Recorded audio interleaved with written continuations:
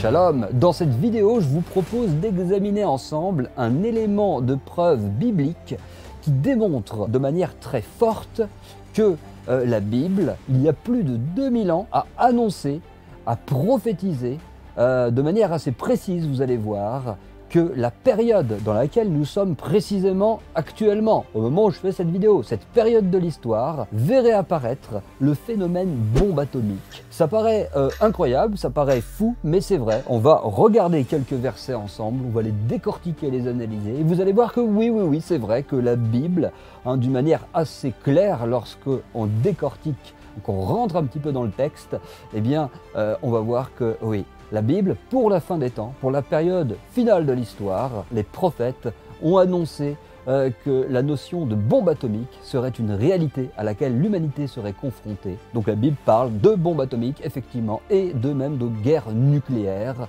Et on va voir cela tout de suite en allant dans Joël 3:3. Et on va décortiquer le texte selon l'hébreu, selon l'enseignement des sages d'Israël. Là-bas, il est dit « Après cela, je ferai paraître des prodiges dans les cieux et sur la terre. » Et le prophète continue, et il dit « du sang, du feu et des colonnes de fumée ». Ces versets apparaissent d'ailleurs dans la Haggadah de Pessah, dans le récit que l'on raconte durant la fête de Pâques, pour ceux qui observent cette merveilleuse fête selon l'enseignement des maîtres d'Israël. On sait qu'à un moment, dans tout ce récit, dans toute la Haggadah, à un moment on parle de toutes les plaies d'Égypte et on introduit toutes les plaies par le sang, le feu et les colonnes de fumée. C'est un passage un petit peu énigmatique pour beaucoup et on va creuser un petit peu plus ce sujet. Et déjà, d'emblée, il faut savoir que lorsque le prophète Joël dit « après cela », les commentaires, les maîtres d'Israël, depuis des milliers d'années, nous disent que ça fait référence donc au temps futur, lors de la guerre de Gog et de Magog. La guerre de Gog et Magog apparaît dans le prophète Ézéchiel, ça apparaît même dans l'Apocalypse aussi. Il y aurait beaucoup à dire sur ces appellations Gog et Magog et sur la guerre de Gog et Magog, mais tout le monde est d'accord pour dire que ça fait référence à la fin des temps, avant la délivrance finale et la venue du Messie. La guerre de Gog et Magog, qui est une sorte de conflit mondial, un état où la terre entière est en pagaille, on peut dire, et toutes sortes de conflits qui sont liés aussi à Israël. Bon, c'est tout un sujet en soi, on ne peut pas en parler ici, mais en tout cas, les commentaires sont d'accord pour dire que Gog et Magog, c'est la fin des temps. Et ces prodiges dont parle le prophète, les commentaires disent qu'ils auront lieu aux yeux des peuples de la terre.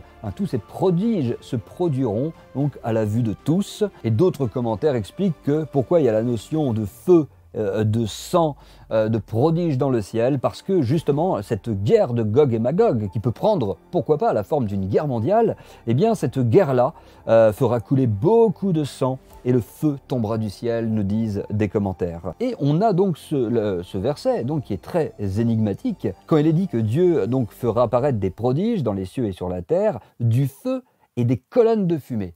Et là, il faut s'arrêter sur le terme en hébreu, le terme colonne de fumée. En hébreu, c'est un mot qui vient du mot tamar. Et le mot tamar, eh bien, c'est un mot qui signifie pilier, colonne, comme des palmiers.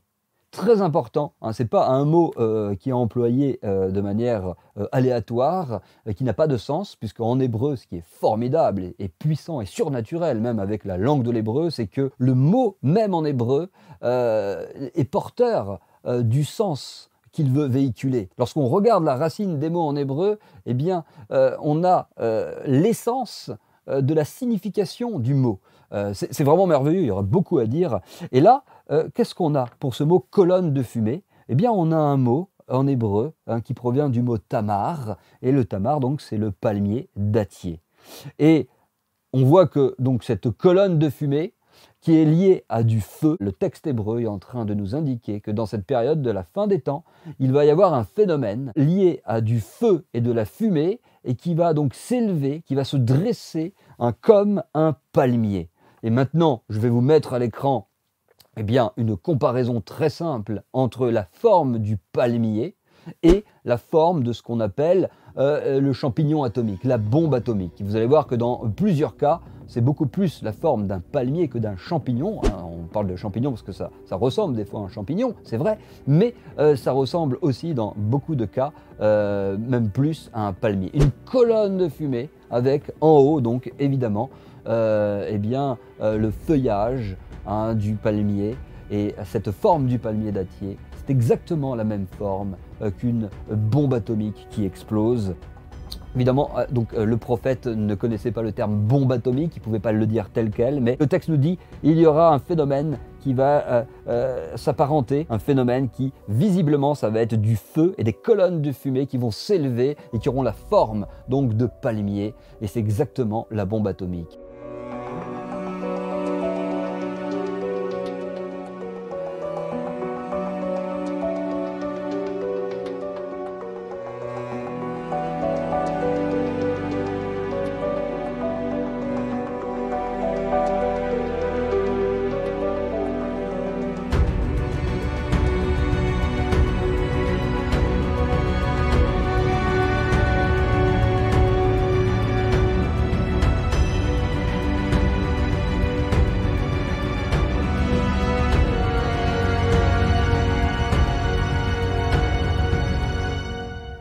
On a ici un élément de preuve très fort qui nous montre qu'à la fin des temps, la Bible parle effectivement de bombe atomique. Et c'est pour ça que le texte nous parle du sang. Le sang coulera sur la terre en grande quantité à cause de la mort qui régnera, à cause de tous les péchés. Ça va entraîner toutes sortes de problèmes, de guerres et de catastrophes en tout genre, de crises en tout genre, qui fait que le sang va couler beaucoup. Parce qu'aujourd'hui, on le sait très bien, beaucoup de pays ont la bombe atomique. On a vu ce que cela fait lors notamment des précédentes guerres mondiales, notamment de la Deuxième Guerre mondiale avec Hiroshima et Nagasaki. C'était quelque chose vraiment de terrible. Est-ce qu'on se rend compte de ce que ce serait une guerre nucléaire? Est-ce que les Français s'en rendent bien compte, notamment les jeunes générations? Est-ce qu'ils se rendent compte de l'horreur qu'a représenté le bombardement à Hiroshima ou à Nagasaki? Ils y sont déjà allés pour voir ce qui s'est passé. 70 000 personnes mortes en une seconde à Hiroshima. Et 190 000 avec le temps. Et à Nagasaki, à peu près pareil. Et c'était des petites bombes. Par rapport aux puissantes bombes thermonucléaires. J'ai vu que... Alors là, on est dans le domaine des hypothèses. Mais que si les États-Unis et la Russie se livraient à une guerre nucléaire, il y aurait probablement instantanément 25% de la population planétaire qui périrait immédiatement. Mais ceux qui survivraient seraient dans une situation épouvantable parce que il se produirait un tel dégagement de poussière radioactive montant dans la stratosphère que pendant 2, 3 ou 4 ans, la planète serait plongée dans l'hiver nucléaire.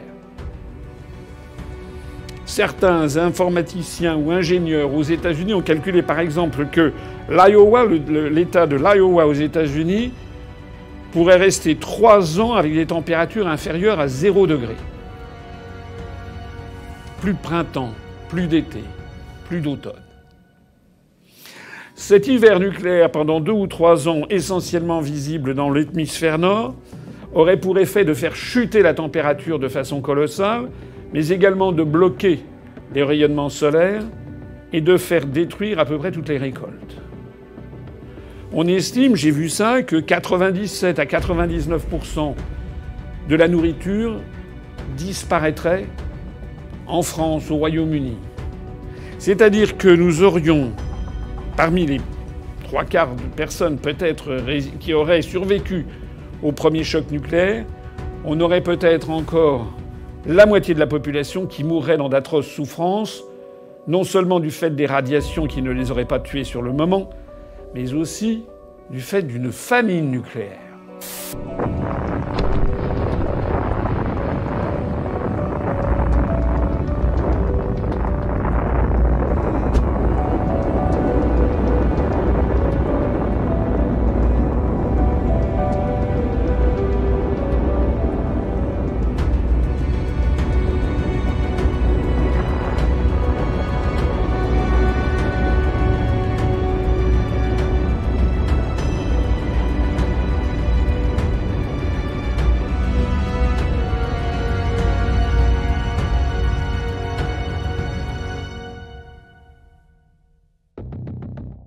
et la Bible, il y a plus de 2000 ans, en parlaient très clairement. Que dans la période de la fin des temps, eh bien, vous verrez ce type de texte s'accomplir, faire des colonnes de fumée et de feu qui ont la forme d'un palmier dattier et qui donc sera lié à du sang, à beaucoup de sang qui va couler, à la mort. Et c'est exactement ce qu'on voit avec la bombe atomique. C'est une description précise que fait la Bible ici de la bombe atomique.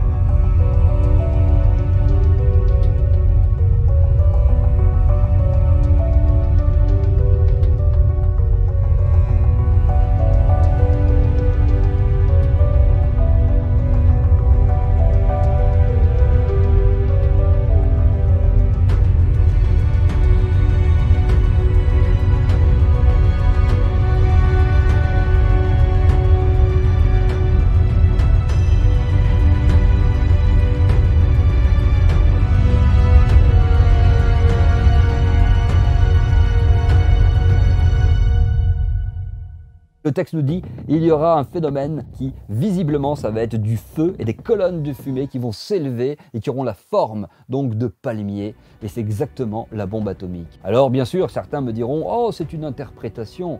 Oui, c'est une interprétation, c'est vrai. Mais on voit que cette interprétation, elle colle tellement à la réalité qu'on peut sans difficulté dire qu'il s'agit ici d'une prophétie très claire qui nous parle de la bombe atomique.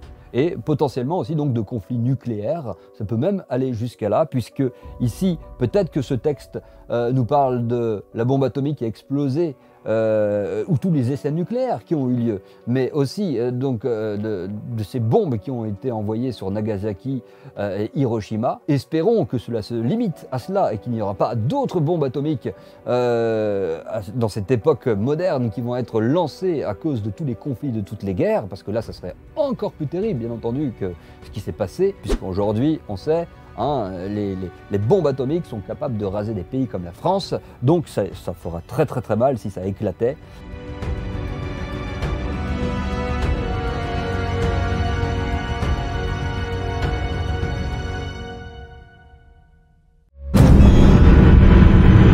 Une boule de feu de plusieurs kilomètres de diamètre se forme en un instant, et la puissance de l'explosion dépasse toutes les prévisions. À cause d'une erreur dans le choix des matériaux de conception, la bombe développe non pas 5, mais 15 mégatonnes de puissance. Tous ceux qui assistent à l'explosion ressentent la chaleur intense et le souffle violent de l'arme. Les bateaux sont situés beaucoup trop près du point d'impact et il faut mettre tout le monde à l'abri des retombées.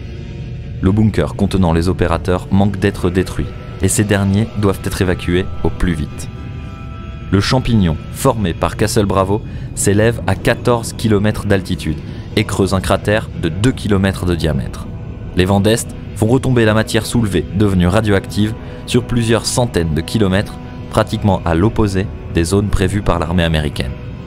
Les résidus de l'explosion retombent alors sous la forme d'une fine pluie de matière calcinée. Ce matin-là, il neige de la cendre dans le Pacifique. Plusieurs îles habitées sont contaminées par cette fine poudre radioactive. Les Américains tentent d'évacuer la population le plus rapidement possible en disant que la situation n'est que temporaire. Mais c'est faux.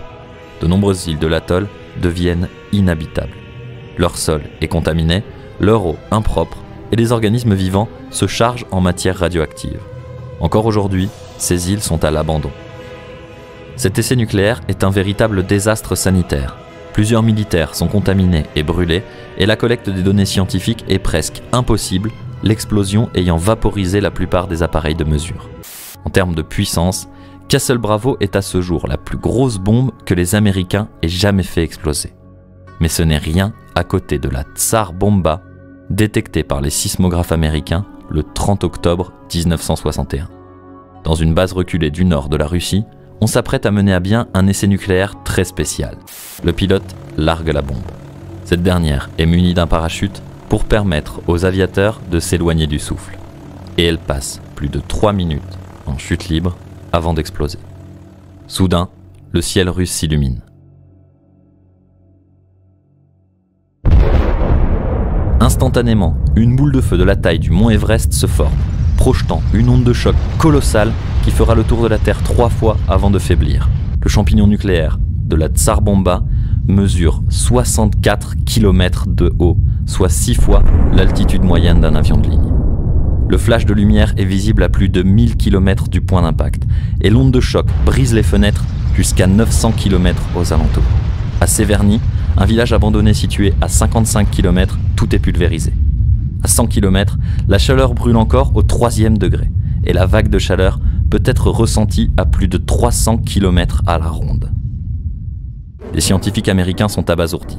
L'URSS vient de larguer une bombe de 57 mégatonnes, soit 3000 fois plus puissante que celle qui a frappé Hiroshima.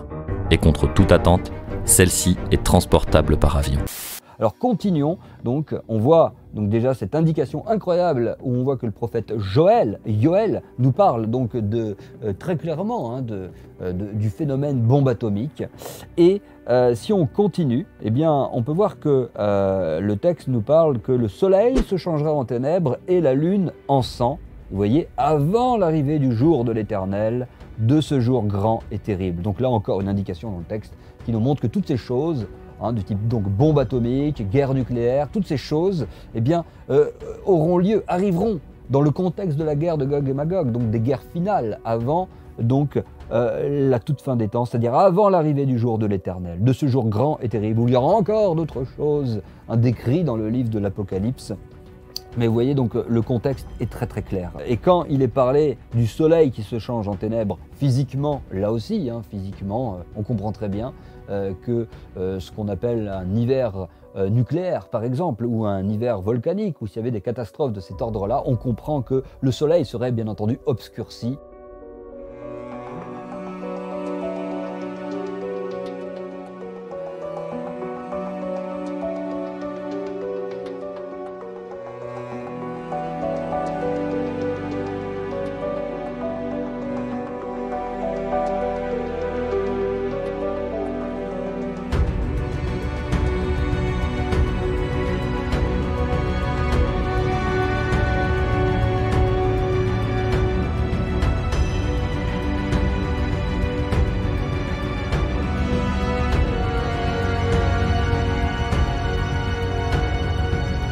C'est aussi intéressant de voir ce que dit Rachi, le célèbre commentateur, sur ce passage du soleil qui sera donc qui se changera en ténèbres. Rachi, il dit que c'est une interprétation, une explication qu'il donne, que les idoles, ça nous parle des idoles qui tomberont, et tous ceux qui les adorent seront humiliés. Alors ça, c'est très intéressant comme commentaire parce qu'on sait que le culte du soleil, c'est une idolâtrie connue, une idolâtrie principale qui était répandue dans beaucoup de peuples.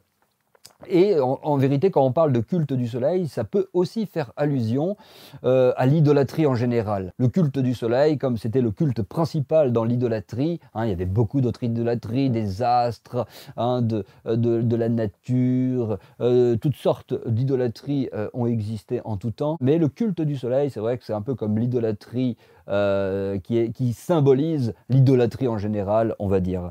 Et donc, ici, Rachi, il est en train de dire que quand le soleil se changera en ténèbres, ça veut dire qu'il va y avoir de tels jugements de la part de l'Éternel que toutes les idoles de ce monde vont tomber. Et tous ceux qui les adorent vont être humiliés. Et on sait que les idoles de ce monde, aujourd'hui, il y en a un paquet. Comme on l'a déjà dit en d'autres endroits, de l'idolâtrie la plus subtile à l'idolâtrie la plus grossière qui consiste à se prosterner devant une statue. Ça, c'est vraiment le dernier stade de l'idolâtrie. Mais il y a beaucoup de types d'idolâtrie différentes qui sont de plus en plus subtiles et raffinées, mais qui n'en demeurent pas moins de l'idolâtrie. Par exemple, l'humanisme, c'est une idolâtrie. Dès lors qu'on met l'homme au centre, dès lors qu'on érige l'homme en absolu, dès lors qu'on ne parle que de l'humain, de l'humanisme, et que Dieu est complètement mis de côté, eh bien, on est dans une idolâtrie. Le consumérisme, c'est une idolâtrie. Le divertissement, il y en a a qui peuvent être complètement mordus de séries, par exemple, on peut prendre des séries, eh bien c'est une idolâtrie moderne. Hein, il ne faut pas oublier que tout ce qui prend la première place dans notre cœur, finalement, si ce n'est pas Dieu, c'est une idolâtrie, tout simplement. Ce système capitaliste, économique, donc dans lequel on est, on sait qu'il y a beaucoup d'idolâtrie, beaucoup de personnes qui courent après l'argent, le pouvoir, tout ça, ce sont des idolâtries. Les plaisirs de ce monde, si quelqu'un ne vit que pour satisfaire ses plaisirs, aller en boîte de nuit, aller dans les pubs tout le temps, il est dans une idolâtrie.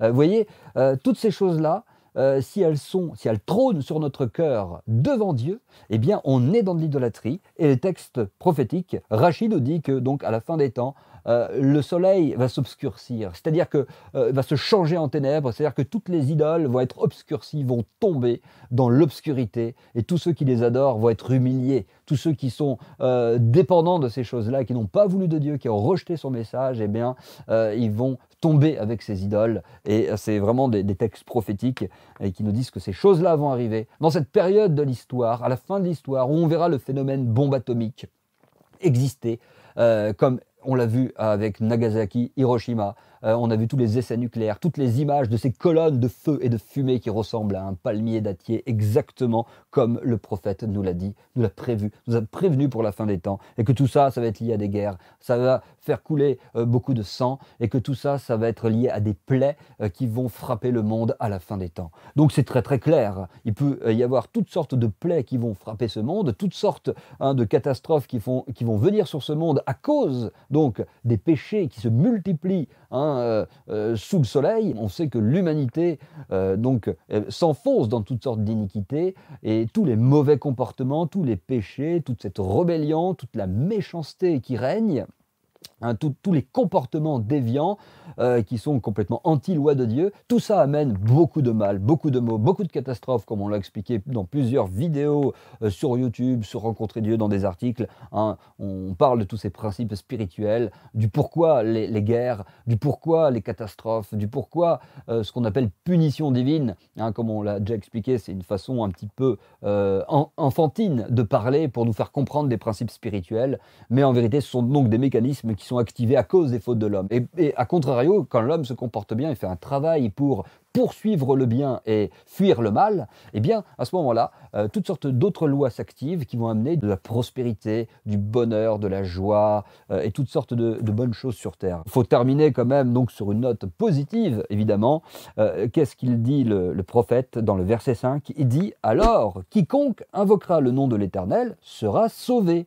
Donc on est dans une période où toutes ces choses sont là pour que l'homme se repente, que l'homme se tourne vers Dieu, parce que tous ces mécanismes spirituels qui ont été créés par Dieu et qui font qu'il y a du mal sur cette terre, c'est uniquement parce que l'homme ne veut pas de Dieu et se comporte mal, et il est dans toutes sortes de comportements et de péchés qui vont complètement contre la parole de Dieu, et donc forcément l'homme s'attire lui-même des maux sur sa vie. Et Dieu dit, quand vous verrez tout ça, quand tout ça, ça va s'accomplir, eh bien, tournez-vous vers Dieu, abandonnez le mal, repentez-vous, cherchez la vérité, aspirez aux choses éternelles. Dieu est la source de bonté, de justice, de vérité. Il a envoyé le Messie sur terre il y a plus de 2000 ans. Il a fait des choses incroyables et merveilleuses avec le peuple d'Israël. Cherchez la vérité, cherchez du côté de la Bible, de la Torah, des prophètes, du peuple juif, du Messie Yeshua dans les évangiles. Cherchez dans ce sens-là. Tournez-vous vers les choses éternelles et abandonnez toutes ces choses de néant, ou en tout cas mettez-les à une place moins importante que la recherche de la vérité, de Dieu, de l'éternité. C'est trop important. Et donc il le dit, l'Éternel, dans ces temps-là, quiconque invoquera le nom de l'Éternel sera sauvé. Il faut invoquer Dieu, le chercher, le prier, l'invoquer, lui parler, converser avec lui. Dieu ne refuse personne. Si on vient devant lui avec humilité, avec sincérité, avec intégrité, Dieu regarde au cœur et il nous répond, c'est sûr. On est des millions à l'avoir expérimenté. Donc Dieu, celui qui le cherche, et il se manifeste à lui par toutes sortes de signes, d'allusions. Il va lui ouvrir les yeux du cœur. Cette personne va comprendre que Dieu est partout. Cette personne va commencer à comprendre que Dieu existe, et cette personne va commencer à découvrir la réalité du mal, la réalité du bien, et elle va pouvoir vivre le salut, être sauvée, naître de nouveau, comme disent les Écritures. Si quelqu'un naît de nouveau, il peut voir le royaume de Dieu, il peut aller rentrer dans le royaume de Dieu. Pourquoi ? Car la nouvelle naissance, c'est cela, c'est une ouverture dans le cœur. On a l'impression l'impression de renaître. On ne nous avait pas dit que Dieu existait, je suis en train de le découvrir. En plus, il me pardonne. Je n'ai qu'à me repentir de mes fautes et à le suivre. Et je rentre dans le chemin du salut. Et Dieu se manifeste de plus en plus. Et c'est ça le salut, c'est merveilleux. Et c'est ce que dit donc le prophète Joël. Quiconque invoquera le nom du Seigneur sera sauvé. Et donc la Bible a tout dit, la Bible a prévu et ça ne doit pas nous angoisser, sauf si on ne veut pas se repentir et on veut continuer à être dans une mauvaise attitude et rejeter Dieu. Alors là, on a de quoi s'angoisser, on a de quoi s'en faire parce que ces choses-là vont nous tomber dessus. Mais pour tous ceux qui se repentent, eh bien, Dieu a des merveilleuses choses en provision. Il a des promesses magnifiques. Et vraiment, voilà, on va arrêter cette vidéo ici. Ici, je voulais voir avec vous cet aspect prophétique par rapport à la notion de bombe atomique et de guerre nucléaire qui apparaît très clairement donc dans le prophète Joël notamment. On pourrait voir d'autres endroits où cette notion apparaît, mais je crois que c'est ici dans ce texte-là, dans le chapitre 3 de Joël, que vraiment la chose apparaît de manière très précise, très claire. Quand on va dans l'hébreu par rapport aux commentaires des sages d'Israël qui nous expliquent un peu plus dans quel contexte est dit Joël, ça nous fait référence à la fin des temps, à la guerre de Gog et Magog, que ça nous parle donc de conflits avec des colonnes de fumée, du sang à cause de tous les conflits qu'il va y avoir, du feu. Et toutes ces choses-là, que les idoles vont tomber, toutes ces choses-là sont très intéressantes et précieuses pour bien nous montrer que c'est vraiment la période dans laquelle on est et qu'effectivement, avec l'hébreu, le commentaire des sages, on voit que le prophète nous parle de bombe atomique. C'est très clair. Et après, on peut décider de dire non, c'est autre chose. Mais le texte est très clair. Il nous parle de ce qui ressemble à une bombe atomique. Je vous remets les images pour bien qu'on voit la chose. C'est très très clair. Le prophète nous décrit une bombe atomique avec ses mots à lui. On peut dire que le prophète, clairement, a exprimé avec ses mots de l'époque un palmier dattier de fumée et de feu. C'est ce qu'on appelle une bombe atomique. Aujourd'hui, on a toutes les images, on voit, c'est ce qu'est une bombe atomique. Effectivement, c'est très lié à du sang et c'est très lié à de la guerre. Et c'est ce que dit le prophète. Et c'est lié au sang et à la guerre et à la fin des temps. Donc vraiment, ce sont des éléments très forts qui nous montrent que la Bible a bien parlé de notre période dans laquelle nous sommes. Et ça doit nous inviter vraiment à nous réveiller, à nous secouer, à faire le bon travail pour tout le reste. C'est-à-dire comment faire, comment réagir dans ces périodes de potentielle guerre, de potentielle crise, de bombes atomiques, de guerre nucléaire ou d'autres catastrophes qu'on ne connaît peut-être même pas, ou climatiques ou que sais-je. Comment se comporter, comment réagir et comment agir pour travailler, pour faire en sorte que ces choses ne viennent pas ou que ces choses soient annulées par l'Éternel et que des temps meilleurs arrivent. Il y a énormément de choses à dire. Je vous invite, si ce n'est pas fait, à vous inscrire par exemple à cette série sur la guerre, l'inscription à ce module totalement gratuit où on voit pas mal d'éléments qui nous permettent d'adopter la bonne attitude face à tous les potentiels conflits et crises de la fin des temps. On y voit pas mal de choses, et sur Rencontrer Dieu et la plateforme Le Retour aux Racines, évidemment, il y a beaucoup de matériel spirituel pour nous aider à travailler dans la bonne direction.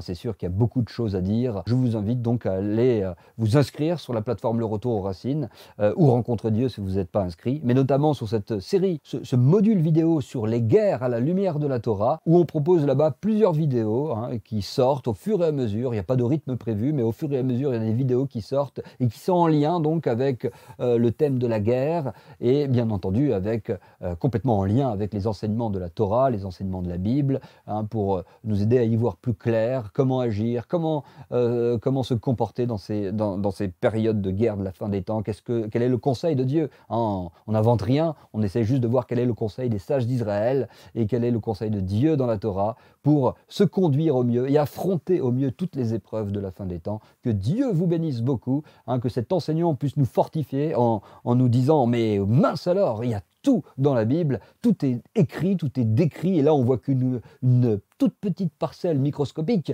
mais il y a énormément à dire, il y a énormément de passages et de preuves de la sorte qui ne font que nous fortifier dans la foi. Ça fait du bien, ça fortifie dans la foi quand on voit que la Bible a tout prévu, tout écrit, il y a plus de 2000 ans au travers des prophètes.